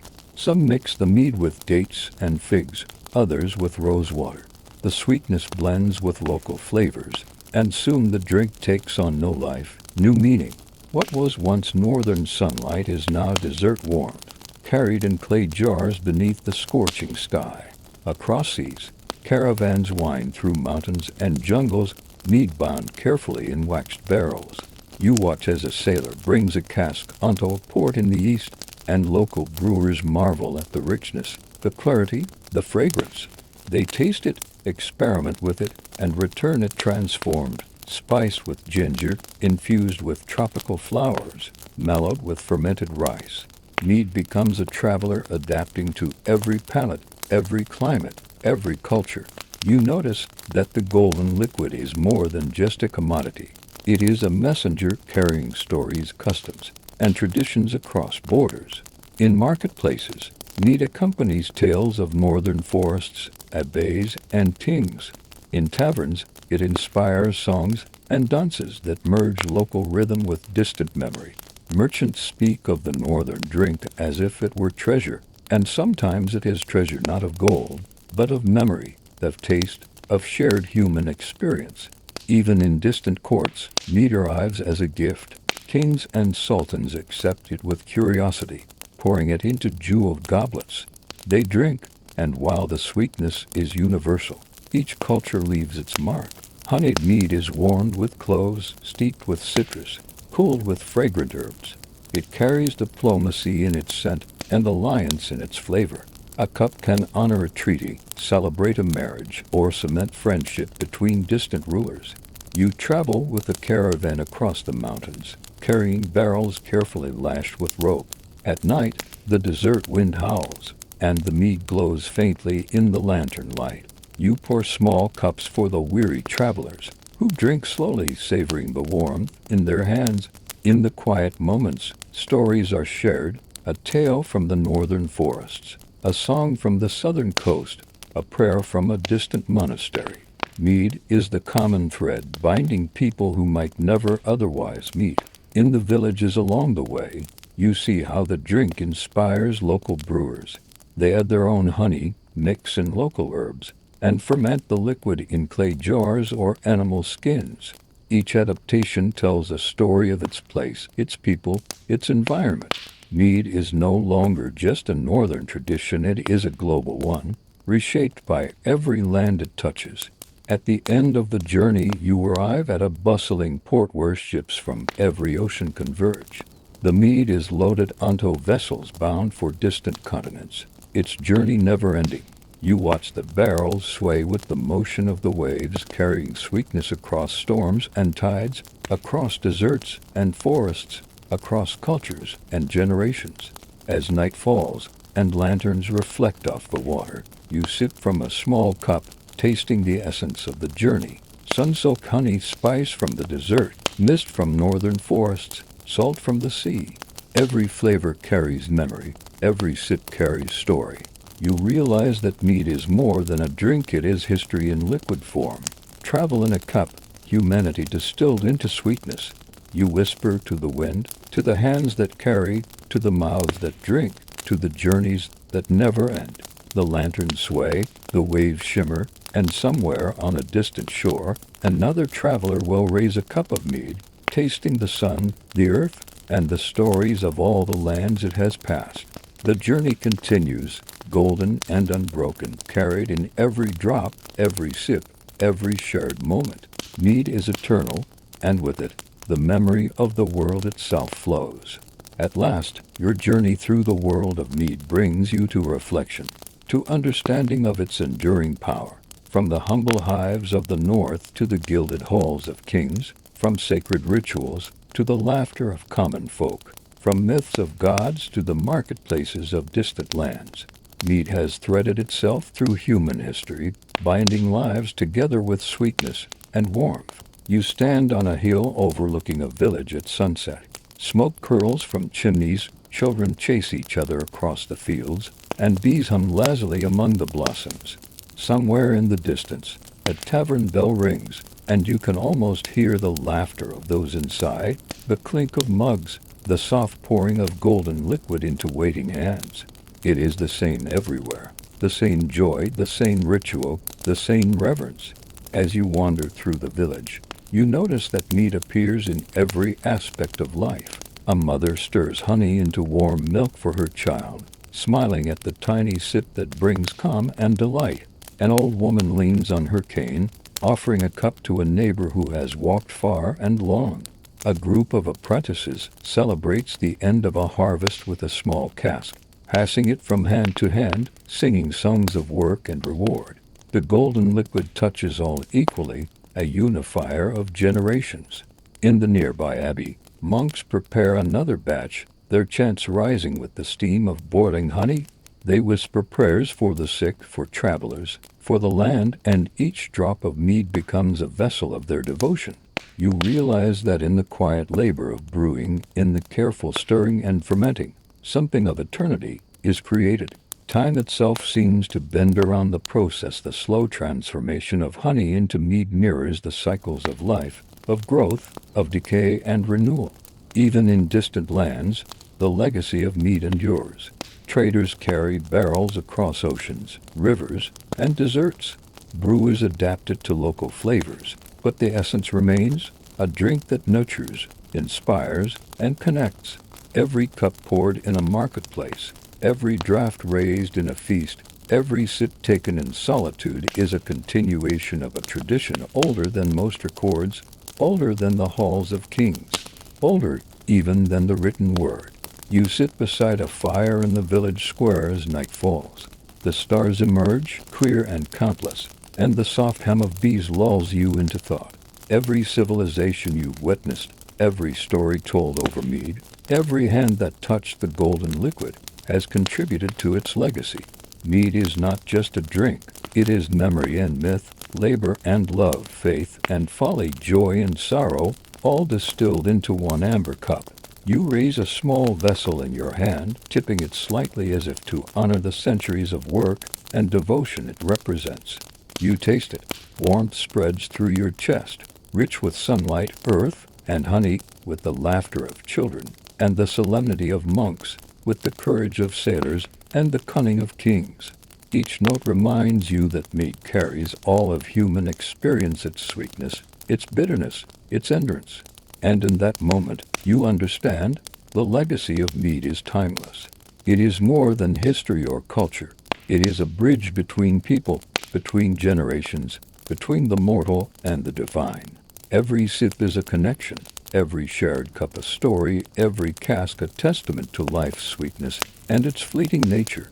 You whisper to the night, to the bees, to the hands that work, to the voices that sing, to the hearts that drink. The wind stirs the trees, the stars shine like lanterns across the sky, and somewhere, in another time, another place, someone else will lift a cup of mead, tasting all that has come before and all that is yet to be. And so the golden liquid flows onward, eternal in its journey, carrying with it the warmth, wisdom, and wonder of the world. Its story never ends, for as long as humans raise a cup, mead will live sweet, golden, and timeless. The end of the first voyage, but the beginning of every cup yet to come.